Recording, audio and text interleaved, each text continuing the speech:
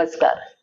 The Bharti Parmar show मध्ये तुम्हा सगळ्यांचं पुन्हा एकदा मनापासून खूप खूप स्वागत करते.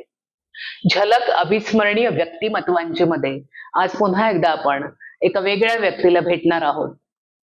शिवरायांची गड संस्कृती मनामनात जपणारे, गडांची भटकंती हीच आपली साधना मानणारे, रायगडावर दरवर्षी दीपोत्सव साजरा करणारे, गिर्यारोहणाचा झेंडा रोवणारे आजचे आपले पाहुणे आहेत ज्येष्ठ गिर्यारोहक आणि शिवचरित्र व्याख्यानकार राजू देसाई. चला तर त्यांच्याशी छान गप्पा मारूया आणि त्यांच्याकडनं त्यांच्या या गिर्यारोहणाच्या प्रवासाबद्दल जाणून घेऊया. नमस्कार. नमस्कार. द भारती परमार शो मध्ये तुमचं मनापासून स्वागत करते. धन्यवाद. आपला आजचा खरं तर वेगळा विषय आहे आणि मला या विषयात स्वतःला फार आवड आहे, पण मला कधी उंचीवर जायला नेहमी भीती वाटते. मग ही किमया तुम्हाला कशी साधता आली? म्हणजे शिवचरित्र व्याख्यानकार आणि गिरीसंधान या दोन गोष्टी तुम्ही एकत्र कशा काही जोडवून आणल्यात? हे आधी गिर्यारोहणाची आवड निर्माण झाली ज्यावेळी मी कॉलेजला होतो 11वीला. आणि त्याच्या आधी शाळेमध्ये असताना एक प्रसंग होता की 8वी ते 10वी मला इतिहासात 35 मार्क मिळाले. अच्छा, ओके. आणि माझे शिक्षक होते इतिहासाचे 10वीला, ते म्हणाले की तू नापास होशील 10वीला तर इतिहासातच होती. मी म्हटलं की म्हणजे मला पहिल्यापासून तशी हे आहे की एखादी गोष्ट आपल्याला जर जमत नाही तर ती का जमत नाही, त्याच्यात आपल्याला काय करावं लागेल की जेणेकरून ती गोष्ट जमेल. आणि हीच गोष्ट मला तेव्हा आठवली आणि मी म्हटलं की अरे का नाही जमणार आपल्याला. पण शेवटी 10वीला 35च होते, बाकीच्या विषयात चांगले मार्क होते. पण त्याच्यानंतर मी विचार केला की 11वी पासून आपण गड किल्ल्यांवर भटकंती करायला जायचं, इतिहास जाणून घ्यायचा. आणि मग ही भटकंती चालू झाली. मुंबईच्या जवळपासचे कर्जत आहे, कसारा आहे, इकडचे छोटे मोठे किल्ले वगैरे, पनवेल जवळ कर्नाळा आहे वगैरे, लोणावळ्याला राजमाची वगैरे, लोहगड, विसापूर, हे किल्ले तेव्हा आम्ही करत होतो. 5 मित्र होते आम्ही आणि 5ही मित्रांना आम्हाला आवड होती आणि त्याच्यामुळे आम्ही ते किल्ले करायला सुरुवात केली आणि ट्रेकिंगची सुरुवात झाली. अच्छा. मग ट्रेकिंगची सुरुवात झाली, त्याच्यानंतर 5 जणांमध्ये आम्ही 5ही जण त्या ट्रेकिंग किंवा गिर्यारोहणामध्ये वेगवेगळ्या विषयाकडे वळलो. आमचा एक मित्र जंगलातील वनस्पती, कोणती औषधी वनस्पती असतात ती शोधण्यात त्याला रस होता.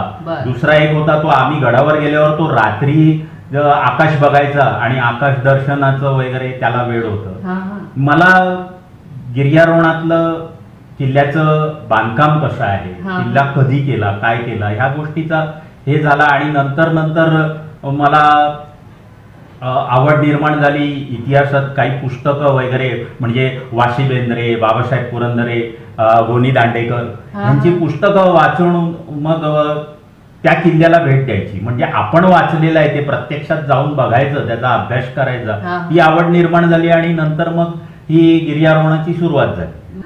ऍक्च्युली माझा एक प्रश्न आहे, खरं तर तो बालिश असेल, पण गिर्यारोहण म्हणजे काय?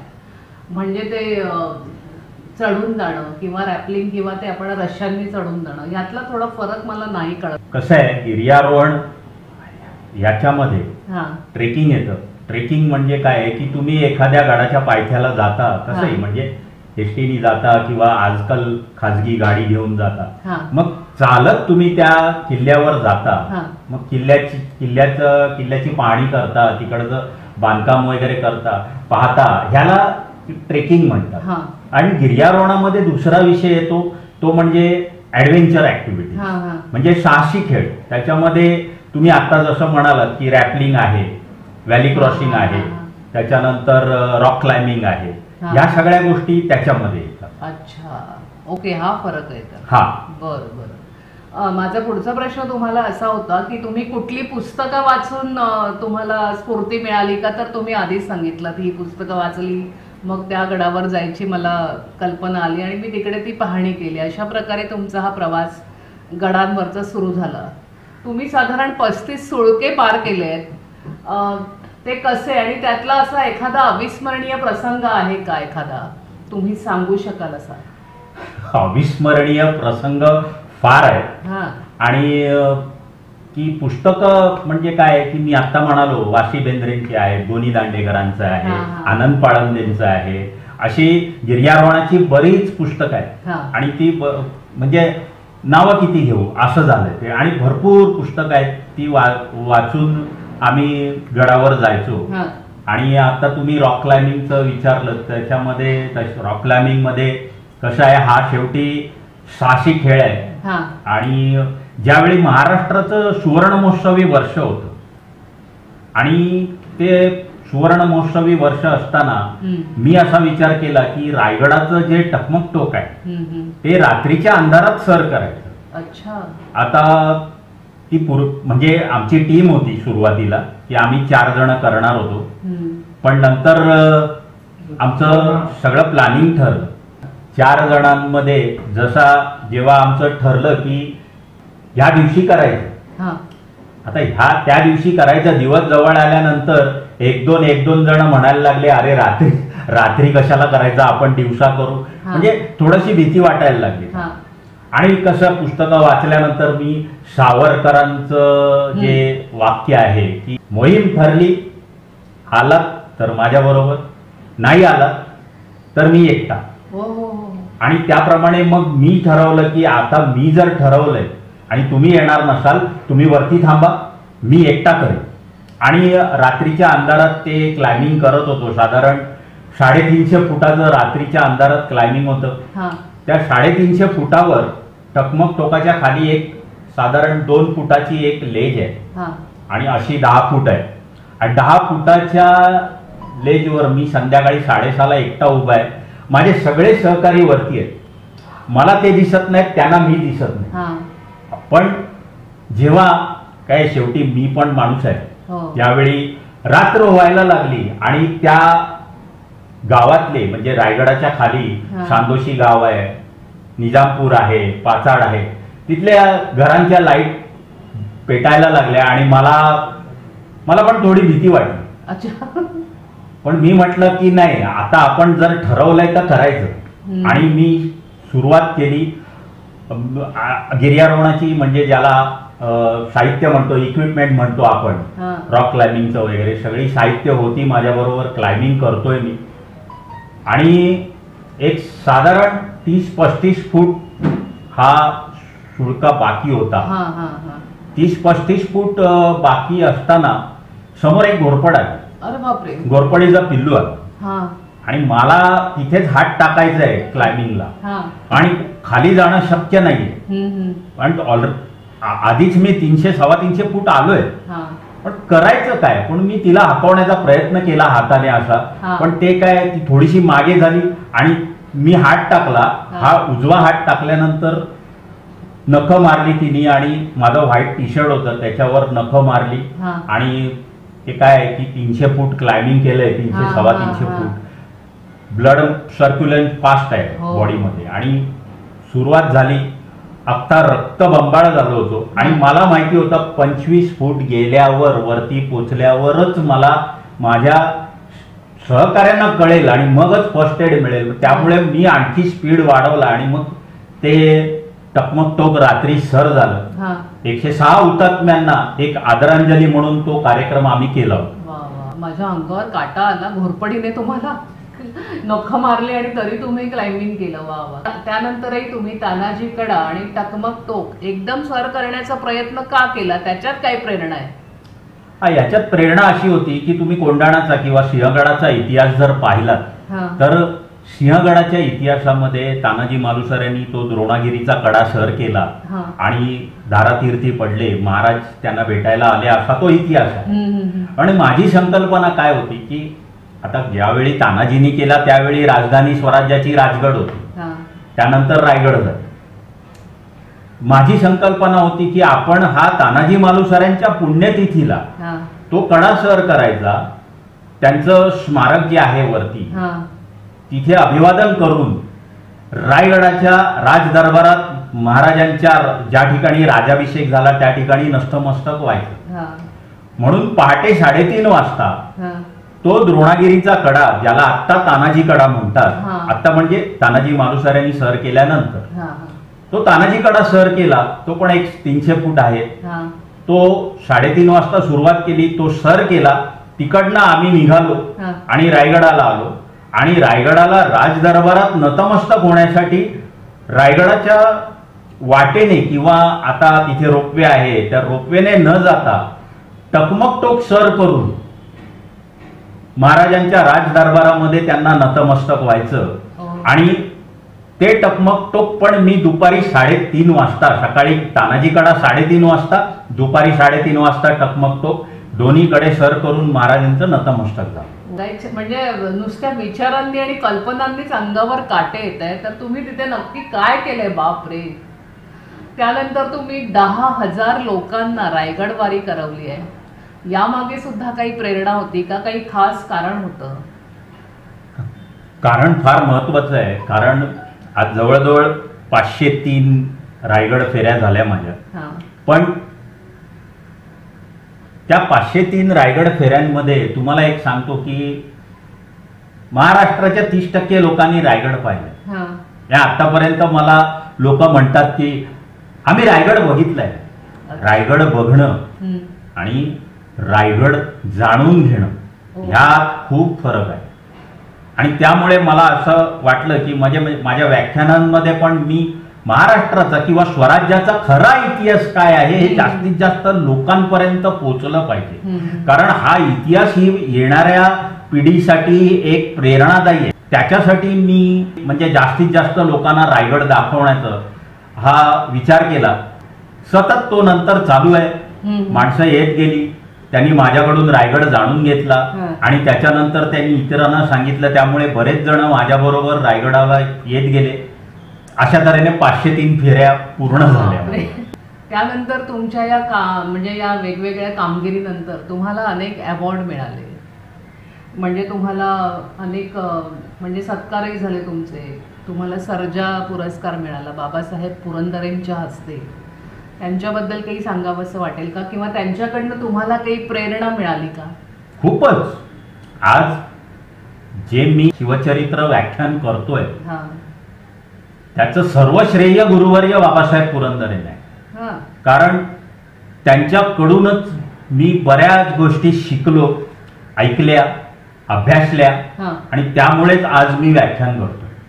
कारण माझा विषयच व्याख्यानाचा वेगळा आहे, स्वराज्याचा अपरिचित इतिहास. कारण झालंय काय की आज चुकीचा इतिहास पिढ्यानपिढ्या लोकांपर्यंत जात आहे.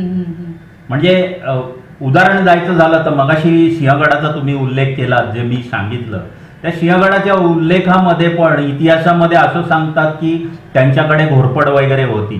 ती घोरपड वगैरे काही नव्हती. त्याची बरीचशी कारणं आहेत. त्याच्यानंतर दुसरं उदाहरण द्यायचं झालं तर रायगडाच्या बाबतीत हिरकणी, आता एक मराठी पिक्चर येऊन गेला. तर स्वराज्याच्या इतिहासात हिरकणी अस्तित्वातच नाही. त्याची बरीच कारण. अशा दंतकथेमुळे स्वराज्याचा इतिहास आहे ना खूप रंगवला जाऊन सांगतोय. पण जो खरा इतिहास आहे तो खरा इतिहास वेगळाच आहे आणि मला तो जास्तीत जास्त लोकांपर्यंत पोहोचतो. तुम्हाला चेंबूर रत्न, नेहरूनगर रत्न आणि रायगड वीर अशी सुद्धा मान सन्मान मिळालेले आहेत. त्याबद्दल तुम्हाला काही वाटतं का, किंवा काही सांगावंसं वाटतं का? सर्जा पुरस्काराबद्दल तुम्ही मगाशी उल्लेख केला. ज्यावेळी टकमक टोक रात्रीच्या अंधारात सर केलं, पण बाबासाहेब पुरंदरेंच्या एका पुस्तकामध्ये रायगडच्या टकमक टोकाचा उल्लेख असा आहे, म्हणजे असा बाबासाहेब करतात की इथून खाली उतरायची हिंमत पाण्याच्या धारेला आणि वर चढायची हिंमत वाऱ्याच्या झोतालाच होईल. काय म्हणतात? पण मी तो रात्री सर केला तर बाबासाहेब मला म्हणाले की अरे तू आता माझाच शब्द खोटा ठरवायला निघालायस का? म्हटलं माफ करा, मला तसं काही करायचं नव्हतं. त्यांनी मला असं म्हणजे हा तर आपला सर्जा आहे. आणि मग त्यांनी तो पुरस्कार मला दिला. आणि बाकीच्या जे पुरस्कार आहेत ते काही स्थानिक आहेत. तुम्ही आता उल्लेख केलात चेंबूर रत्न, म्हणजे मी आता इथे राहिला होतो त्यामुळे चेंबूर रत्न, नेहरू नगर रत्न, जे काही मोठं ज्येष्ठ नागरिक मंडळ आहे, यांनी ही सगळी कारकीर्द बघून ते ठरवलं आणि त्यांनी ते पुरस्कृत केलं मला. छान छान. आता आपण तुमच्या व्याख्यानांवर येऊया. शिवचरित्रावर व्याख्यान द्यावं असं मुळात तुम्हाला का वाटलं? नवीन पिढीला किंवा आताच्या लोकांना त्यातनं काही सांगू इच्छित? नक्कीच सांगू इच्छितो की मुळात पहिली गोष्ट म्हणजे मला प्रेरणा मिळाली की मी मगाशी म्हटलं की गड किल्ले अभ्यास करून आम्ही बघायला जायचो. त्यानंतर गुरुवर्य बाबासाहेब पुरंदरे माझ्या संपर्कात आले आणि त्यांच्याकडून बऱ्याच गोष्टी मी ऐकल्या. त्यांच्याकडून ऐकल्यानंतर त्याचा अभ्यास केला आणि नंतर मग विचार केला की अरे हा जो मगाशी म्हटलं ना की बऱ्याच चुका आहेत, हा लोकांपर्यंत आपण हे करायचं की आपण हे व्याख्यान आपण लोकांपर्यंत करायचं. त्यामुळे मग मी व्याख्यान करायला लागलो की आपल्या समोर आलेला इतिहास चुकीचा आहे, तो तुम्हाला बरोबर करायचा आहे. खरा इतिहास काय आहे हा जास्तीत जास्त महाराष्ट्रातल्या लोकांपर्यंत पोहोचवायचं आहे मला, म्हणून मी ते व्याख्यान सुरुवात केली. आणि तुम्ही म्हणालात की येणाऱ्या पिढीला तुम्ही काय संदेश देऊ शकता? नाही म्हणजे तुम्हाला त्यातनं काय द्यायचंय त्या लोकांना, पिढीला? यातनं एकच द्यायचंय की आता बघा कॉलेज किंवा शाळेतली मुलं आहेत किंवा कॉलेज झाल्यानंतर आजकाल डबल ग्रॅज्युएशन करतात वगैरे, अच्छी तरुणाई. पण ते कसं आहे माहितीये, प्रत्येक विद्यार्थ्याचे कुठलाही असो, शाळेतला असो, कॉलेजचा असो किंवा पोस्ट ग्रॅज्युएशनचा, आपले टक्केवारी कशी वाढेल हे इतिहासात आहे. ओके. आणि ते कशा पद्धतीने तेही तुम्हाला सांगतो की आजकाल पर्सनॅलिटी डेव्हलपमेंटचे किंवा कोर्सेस चालतात. पर्सनॅलिटी डेव्हलपमेंटचा जर तुम्ही कोर्सचा सिलेबस किंवा अनुक्रमणिका बघितलीत ना, तर याच्यामध्ये असंच शिकवलं जातं की स्वप्न बघा, स्वप्नांचा पाठलाग करा, कितीही अडचणी आल्या तरी ध्येय सोडू नका, तुम्ही यशस्वी होता. हीच गोष्ट ही अनुक्रमणिका त्या अभ्यासक्रमातली जगामध्ये एकमेव राजा जगलाय आणि ते म्हणजे छत्रपती शिवाजी महाराज. ऐकावं किंवा पाहावं किंवा ते गडकिल्ले पाहावे, पण ते ऐकून किंवा ते जाणून काय करावं, तर त्यांच्या अभ्यासक्रमामध्ये ते छत्रपती होते. कारण बघा ना की महाराजांनी 13व्या वर्षी स्वप्न बघितलं, स्वराज्य स्थापन करायचं. स्वराज्य स्थापन करायचं स्वप्न बघितलं, त्यांना माहित नाही कसं आहे. आणि छत्रपती हे जन्मताच राजा नव्हते, ते कर्तृत्वाने राजा झाले. 50 वर्षाचं आयुष्य महाराजांना लाभलंय आणि त्याच्यात ते छत्रपती झाले. याची दोनच कारणं होती की त्यांनी 50 वर्षाच्या आयुष्यामध्ये फक्त स्वराज्य हाच शब्द आणि याच शब्दाचा, या स्वप्नाचा पाठलाग केला आणि म्हणूनच ते छत्रपती झाले. त्यांनी दुसऱ्या काही गोष्टींना काही थाराच दिला नाही आयुष्यामध्ये. आणि हीच गोष्ट जर येणाऱ्या जनरेशनने, येणाऱ्या पिढीने जर केली ना, तर महाराष्ट्रामधल्या मुलांची टक्केवारी वाढल्याशिवाय राहणारच नाही. खूप छान बोललात याविषयी तुम्ही. तुम्ही शासनाच्या गड संवर्धन समितीचे तुम्ही एक पार्ट आहात, तर तुम्हाला म्हणजे त्यातनं नेमकं काय करायचं असतं? तुम्हाला जे काही काम निवडून दिलंय त्यात काही अडथळे येतात का? नाही, अडथळे काही येत नाही. खरं कसं आहे, पुरातत्व खात्यामध्ये जी कमिटी आमची होती, त्या कमिटीमध्ये आम्ही ठरवायचो की ह्या किल्ल्यावर ह्या गोष्टी होणं गरजेचं आहे. मग आमच्या मीटिंग मध्ये आम्ही ठरवून मग ते त्या पुरातत्व खात्याला सांगायचो आणि मग पुढे त्यांचं काम होतं ते की काही गडांवर त्या गोष्टी करत. शिवछत्रपतींच्या कार्यातनं तुम्ही स्वतः काय शिकलात आणि आजच्या काळात तुम्ही ते कसं तुम्हाला उपयोगी पडतं याबद्दल काही सांगू शकाल का? मी स्वतः काय शिकलो, मला एकच गोष्ट कळली की एखादी गोष्ट आपल्याला येत नाही याचा अभ्यास करायचा, याचा पाठलाग करायचा आणि ती गोष्ट साध्य करायची. आणि शिवचरित्रात हेच आहे. आणि ही खूप मोठी गोष्ट आहे. आणि ही जर गोष्ट केली ना प्रत्येकाने, तरी प्रत्येक जण स्वतःच्या क्षेत्रात यशस्वी झाल्याशिवाय राहणार नाही. ही पण काळ्या दगडावरची रेष आहे. तुम्ही रायगडावर दीपोत्सव सुरू केला, म्हणजे आजपर्यंत ते सगळं चालू आहे, त्यामागे काय प्रेरणा होती त्याचं मला आधी उत्तर द्या. तुम्ही तिकडे दीपोत्सव का सुरू केला? बघा कसं आहे माहितीये की हे गिर्यारोहण क्षेत्र चालू होतं, ट्रेकिंग चालू होती, पण जेव्हा दिवाळी यायची महाराष्ट्रात घरोघरी पणत्या लागायच्या. हो. पण स्वराज्याची राजधानी किल्ले रायगड हा मात्र दिवाळीत अंधारातच आहे. अहो, ज्या रायगडाने स्वराज्याच्या काळामध्ये प्रत्येक दिवस हा दिवाळी म्हणून अनुभवलाय, कारण त्यावेळी लाईट नव्हती, मशाली पणत्या पेटायच्या. आता त्या काळातल्या पणत्या बघितल्या तुम्ही कधी, तर त्या पणत्या अक्षरशः एवढ्या मोठ्या होत्या की त्याच्यामध्ये एका पणतीत अर्धा लिटर तेल जायचं, एवढ्या मोठ्या पणत्या होत्या. म्हणजे ज्या रायगडाने स्वराज्यामध्ये प्रत्येक दिवस हा दिवाळी म्हणून अनुभवलाय, आणि आता आमच्या स्वराज्याची राजधानी ज्याला स्वराज्याचं पंढरपूर म्हणतो ती दिवाळीत अंधारात आहे. पण माझ्या घरी माझ्याकडे माणसं आहेत घरात की जे दिवाळीत पणत्या लावतील. मग 2 दिवस दिवाळीतल्या 4 दिवसापैकी 1 दिवस मी तिकडे पणती लावेन ना, आणि दीपोत्सवाने रायगड उजळून टाकेन. आणि त्यामुळे 1000 पणत्या म्हणजे पालखी दरवाजा म्हणा, राजदरबार म्हणा, त्याच्यानंतर महाराजांची समाधी म्हणा, ह्या ठिकाणी आम्ही दीपोत्सव सुरू केला आणि दीपोत्सव चालू झाला. मग त्यानंतर तो चालू कसा राहिला? चालू झाला म्हणजे एका वर्षी तुम्ही चालू केला, पण तो आतापर्यंत चालूच आहे ना? तो सुरुवातीला मी चालू केला, त्याच्यानंतर काही वर्तमानपत्रातून बातम्या आल्या वगैरे, आणि त्या काळात काय हा मोबाईलचा सोशल मीडिया नव्हता, 2004 वगैरे. पण त्या बातम्या यायला लागल्या आणि त्याच्यामुळे काही संस्थांनी, काही तरुण पिढीनी हा पुढाकार घेतला, अरे आपण पण हे करूया. आणि त्याच्यामुळे रायगडावर आज आता अशी परिस्थिती आली की काही किल्ल्यांवर आता रायगड दीपोत्सव साजरा होतो. त्याबद्दल तुमचे खूप खूप अभिनंदन की तुम्ही काहीतरी वेगळं. मी एक निमित्त आहे. निमित्त म्हणजे तुमच्या टीमने म्हणा.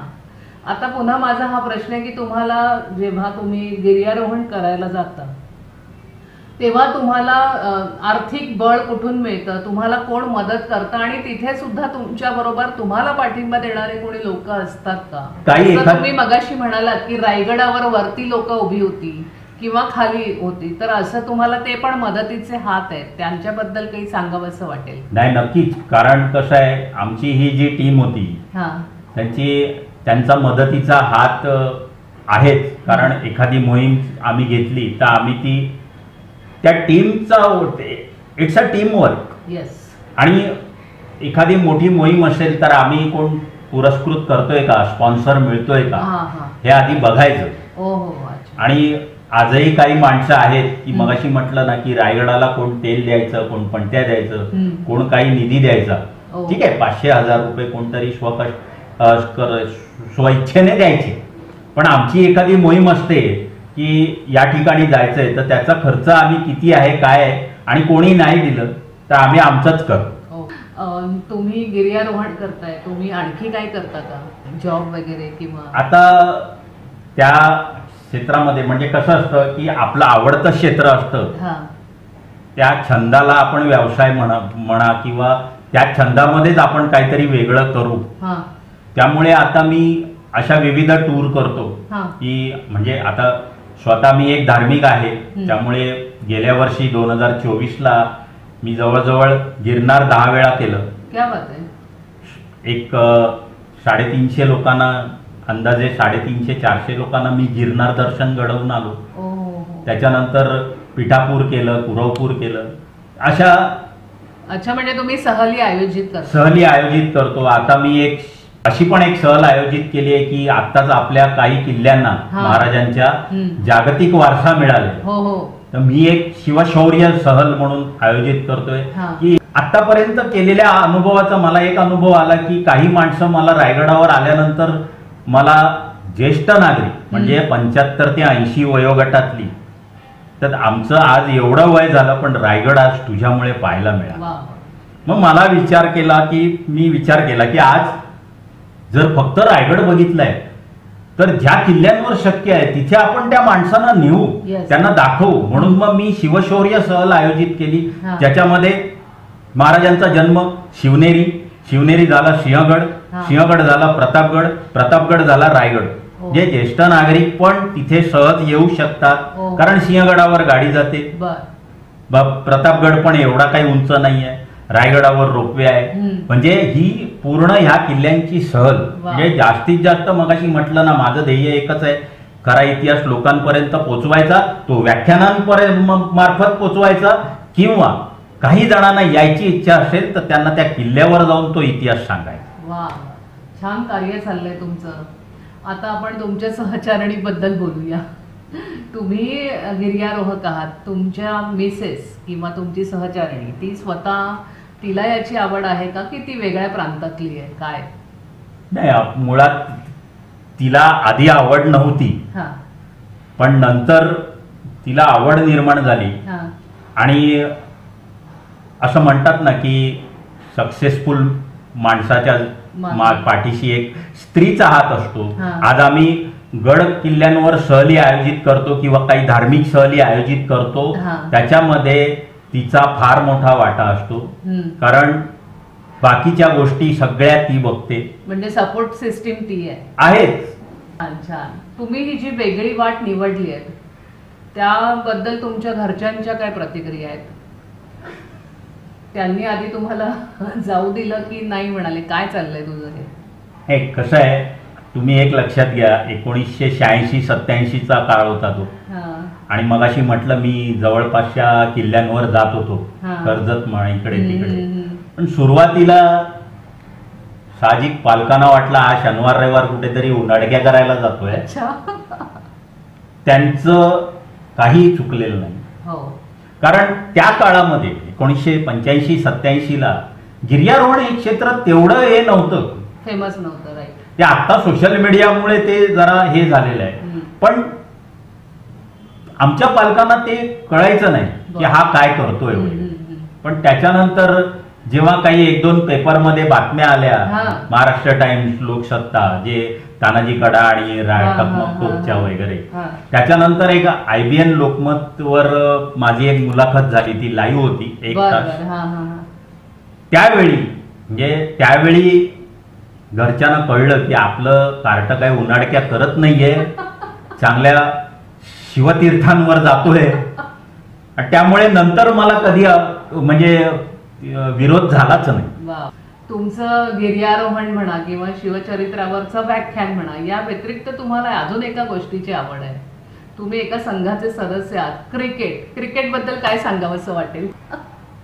क्रिकेट कसं आहे, शाळेपासून खेळत होतो. आता आमची शिरोडकर शाळा, बाजूला नरे पार्क मैदान आहे. आणि क्रिकेट मध्ये आवड निर्माण झाली. माझे काका पण हे खेळायचे, त्याच्यामुळे क्रिकेटमध्ये आवड निर्माण झाली.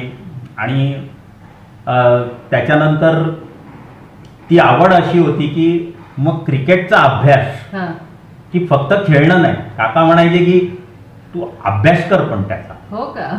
आणि त्याच्यानंतर मग ती आवड निर्माण झाली, त्याच्यामुळे मग खेळतोय. आजही आम्ही खेळतोय. आमचे काही बोरोलीला एक क्लब आहे. अच्छा. आणि इथे पण एक कुर्ला चेंबूरमध्ये पण एक सिनियर क्रिकेट क्लब आहे. तर त्याचा मी विश्वस्त आहे, ट्रस्टी आहे. आणि मग जे 50 वर्षावरील, आज आमच्याकडे 60, 65, 78 वर्षाची माणसं क्रिकेटची मजा घेत आहेत खेळून. आणि छान वाटतं. आता एक प्रश्न राहिलाय माझा, की आता ज्या नवीन मुलांना, नवीन पिढी तुमच्याकडे येतच असेल तुमच्यावर ट्रॅकिंगला वगैरे किंवा गिर्यारोहणासाठी, तुम्ही जी पुस्तकं वाचली होती किंवा एखाद्या अशी कुठली पुस्तकं सजेस्ट कराल का की हे वाचा आणि तुम्हाला इथे माहिती मिळेल? पुस्तक जर सांगायचं झालं तर बाबासाहेब पुरंदरेंचे राजा शिवछत्रपती याचे 2 खंड आहेत. अच्छा. ते सुरुवात करा, त्यांनी सुरुवात करा. हे का सुरुवात करा तर त्याच्यामध्ये स्वराज्याच्या आधीचा काळ जो आहे, म्हणजे त्यावेळी महाराष्ट्राची परिस्थिती काय होती, हे परकीय आक्रमणाचं जे दंडकारण्य माजलं होतं त्याचं वर्णन आहे, जी येणाऱ्या पिढीला कळू दे की महाराष्ट्र आधी किती सहन करत होता. आणि मग महाराजांचा जन्म झाल्यानंतर स्वराज्य स्थापन कसं झालं. आणि याच्यामध्ये सर्वात मोठा म्हणजे सांगण्यासारखा मुद्दा आहे की भोसले घराण्याचं खूप मोठं योगदान आहे याच्यात. याचं कारण एक आहे की स्वराज्याचा इतिहास तर नंतर, पण ज्यावेळी जिजाऊंच्या मनात आलं की स्वराज्य स्थापन करायचे आणि त्यावेळी हे भोसले घराणं आपल्या संसारावर पाणी सोडलंय. शहाजीराजे थोरले सुपुत्र शंभूराजांना घेऊन बँगलोरला गेलेत आणि जिजाऊ बाल शिवरायांना घेऊन पुण्यात आलेत आणि त्याच्यानंतर त्यांची एकमेकांवरची भेट नाही, फक्त महाराष्ट्राच्या मातीसाठी त्यांनी संसारावर पाणी सोडलंय आणि ते विभक्त झालेत आणि मग हे स्वराज्य उभं राहिले. ही गोष्ट आजही आपल्या लोकांना माहित नाही. खरं आणि हे सत्य तुम्ही लोकांना सांगता, लोकांपर्यंत पोहोचव, माझं कर्तव्य आहे. महाराष्ट्राच्या मातीसाठी छत्रपतींनी कसं जगायचं हे शिकवलंय, पण मातीसाठी या कसं मरायचं हे शंभूराजांनी शिकवलंय. येस. आपल्या सिनेमांमध्ये कधी कधी थोडस ते लोक म्हणजे खरं असतं ते लपवतात आणि थोडंसं वेगळं काहीतरी गोष्टींचा वापर करतात. म्हणजे फॉर एक्झाम्पल उदय भानू आणि उदय भान असं कुठल्या तरी एका सिनेमात, मला आता त्याचं नाव नाही आठवत आहे, पण उदय भानू होता की उदय भान होता हे खरं ते दाखवतात की थोडंसं ते कसला तरी आधार घेतात.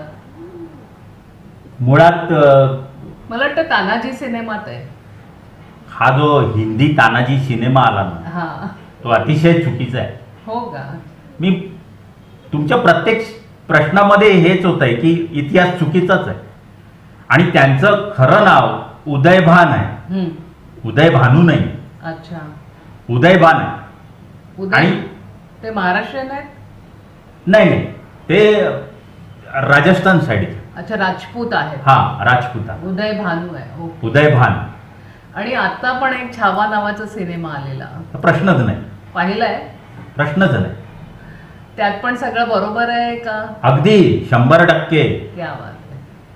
तुम्ही आतापर्यंत जे अचीव केलंय म्हणजे तुम्ही त्यात समाधानी आहात का? म्हणजे तुम्ही गडकिल्ले म्हणजे महाराष्ट्रातले गडकिल्ल्यांबद्दल तुम्ही सांगितलं बरंच काही, किंवा तुम्ही सगळीकडे फिरलाय. महाराष्ट्राच्या बाहेर जावंसं वाटतंय का तुम्हाला? आणि अजून भारताच्या बाहेर जाऊन काही तुम्हाला सर करायचंय का? तुमच्या पुढच्या काही अम्बिशन्स आहेत का? ती आता महाराष्ट्रातले किल्ले तर आहेतच, पण मी असं म्हणणार नाही की मी फक्त महाराष्ट्रातलेच किल्ल्यांना येतो. किल्ला असेल तिथे जाऊन माझा अभ्यास करणार. आणि आता अशी परिस्थिती आहे की काही इतर राज्यातील लोक मला फोन करतायत आणि मला सांगतायत की आम्हाला हे किल्ले बघायचे. अच्छा, ओके. कालच्याच पेपरात आलं होतं की आपल्या काही गडांना जागतिक वारशात त्यांची नोंद झाली आहे. आणि तुम्ही आता महाराष्ट्रात तर फिरलात, भारतात फिरलाय की नाही मला माहित नाही, भारतातही फिरला असाल, पण याच्या व्यतिरिक्त तुम्हाला विदेशात पण किल्ले बघायला आवडतील का? आणि तुमचं काही पुढचं ठरलंय का त्यासाठी? तुमचं पुढे काही नियोजन आहे का की मी बाहेर जाऊन अमुक अमुक किल्ला पाहणार आहे? नाही, असं विशेष जाऊन किल्ला बघणार नाही.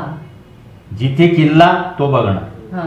तो भारतात असो भारताच्या बाहेर असो, पण त्याचा अभ्यास करणं म्हणजे काय आहे की आपले किल्ले कसे होते, तिकडचे किल्ले कसे आहेत, ते का आहेत, कशा पद्धतीने आहेत, आपल्या किल्ल्यांमध्ये आणि तिकडच्या किल्ल्यांमध्ये काय फरक आहे, त्यांच्या बांधकामामध्ये काय फरक आहे, त्यांचा इतिहास तर आलाच त्या किल्ल्याचा. आणि मला नक्कीच आवड, कारण आपण फक्त महाराष्ट्रातल्या किल्ल्यांवर नाही, आपण इतर किल्ल्यांचा पण अभ्यास करणं गरजेचं आहे. त्याच्यातून बरीचशी काही माहिती मिळू शकते. खरंय. तुम्ही अनेक किल्ले पाहिलेत आणि तुम्ही पुस्तकातनं माहिती घेऊन किंवा तिथली सगळी माहिती घेऊन तुम्ही ती लोकांना पुरवलीत, याबद्दल मी तुमची म्हणजे मला असं मनापासून धन्यवाद द्यावेसे वाटतायत. आणि तुम्ही वेळात वेळ काढून मला वेळ दिलात आणि माझ्या चॅनलला मुलाखत दिलीत, त्याबद्दल द भारती परमार शो तर्फे मी तुमची अत्यंत आभारी आहे. धन्यवाद. तुम्हाला पण म्हणतो की तुम्ही जे बोलवलं की जेणेकरून तुमच्या चॅनल मार्फत थोडीफार का होईना की तुमच्या श्रोत्यांना ही माहिती मिळेल, त्यासाठी मला बोलवल्याबद्दल तुमचेही धन्यवाद. तर मंडळी, आजचा माझा हा एपिसोड तुम्हाला कसा वाटला हे तुम्ही मला कमेंट बॉक्समध्ये कळवणार आहातच. आणि नियमितपणे पाहत राहा द भारती परमार शो. धन्यवाद. झलक अविस्मरणीय कलावंतांची पाहण्यासाठी द भारती परमार शोला सबस्क्राईब करा आणि बेल आयकॉनला प्रेस करा.